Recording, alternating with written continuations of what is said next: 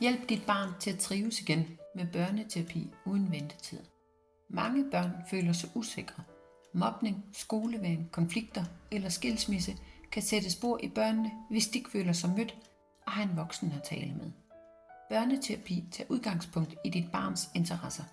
I terapien kan vi både tegne, lege og tale om det, der er svært. Når du tilbyder dit barn børneterapi, tager du det alvorligt.